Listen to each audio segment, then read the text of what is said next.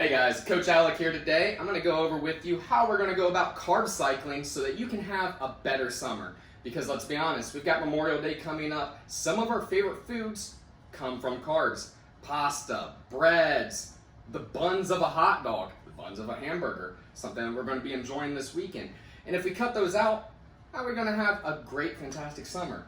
So, when it comes to carb cycling, all it is breaking up our week into 7 days, like it is already, but taking our carbohydrate intake and averaging that out over the 7 days so that whatever our goals are, we have our lower days and we have our higher days, surrounded around our performance, surrounded around our lifestyle, or surrounded around our fat loss. And what we'll go over today, we'll go over an example, we'll go over exactly how to implement it for each of those goals, and we'll make sure that you leave here with a plan in mind so that you can have a successful summer and that you can still see the results that you're chasing after.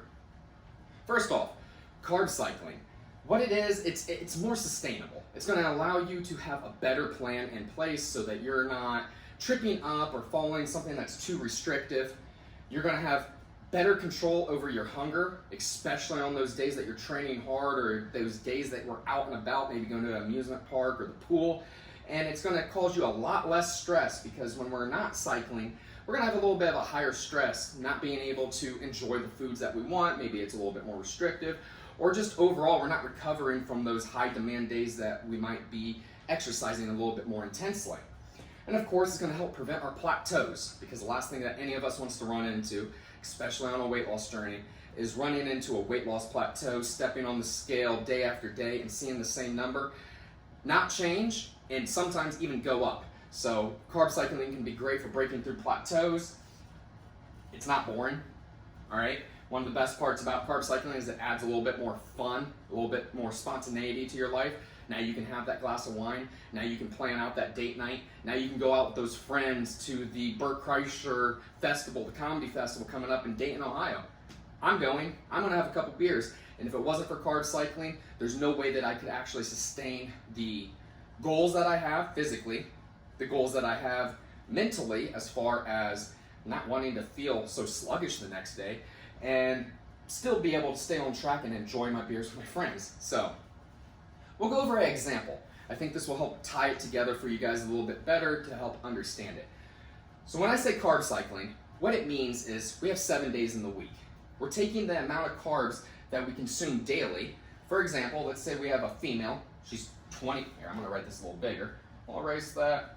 Let's say we have a female, she's 25 years old, she trains 3 days a week, and this is her macros. Let's just say these are her macros. She's eating protein, 135 grams, 245 grams of carbs, 70 grams of fat. All right, pretty standard, arbitrary numbers, just throwing something out there so that we can have something to follow along with.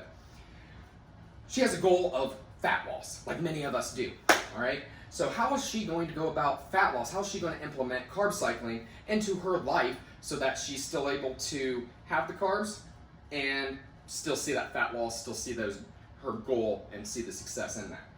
So I just have written down here the days of the week: Monday, Tuesday, Wednesday, Thursday, Friday, Saturday, and Sunday. Sunday's the best day of the week because that's the day of planning. That's when we get everything set up for success for the rest of the week. Remember that. But for example here, we're going to take 245 and we'll multiply that out because again, 7 days in the week. Let's multiply 245 by 7. That's going to come, I don't have my calculator on me, I believe it's going to come to around 1,700 calories, roughly, give or take a little, but 1,700 calories. And of course, when we divide by 7, we're going to get back our 245 because those are the days, that's what she's consuming. What we want to do is lower or pay attention to that average. So if she's consuming 1,700 grams of carbs, we can take 500 grams off of that and start to cycle the carbs. And what I mean is on Monday, she might have a lower intake of her carbohydrates. Maybe she sets her lower days at 150 grams. Tuesday, she has a lower day. Wednesday, she has a higher training volume day. She goes to the gym, she trains legs. So we're going to set her carbohydrate intake back up to this 245 maintenance calories. That's her high day.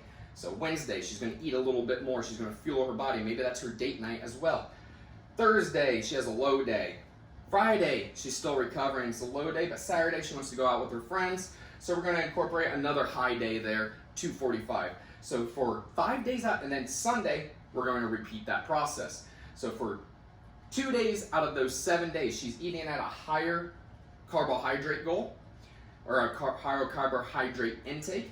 And for 5 days out of the 7, she's eating lower.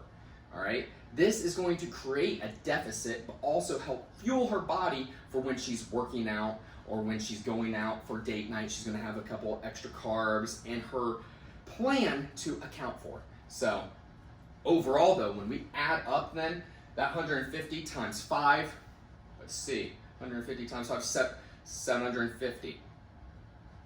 Public school system pays off.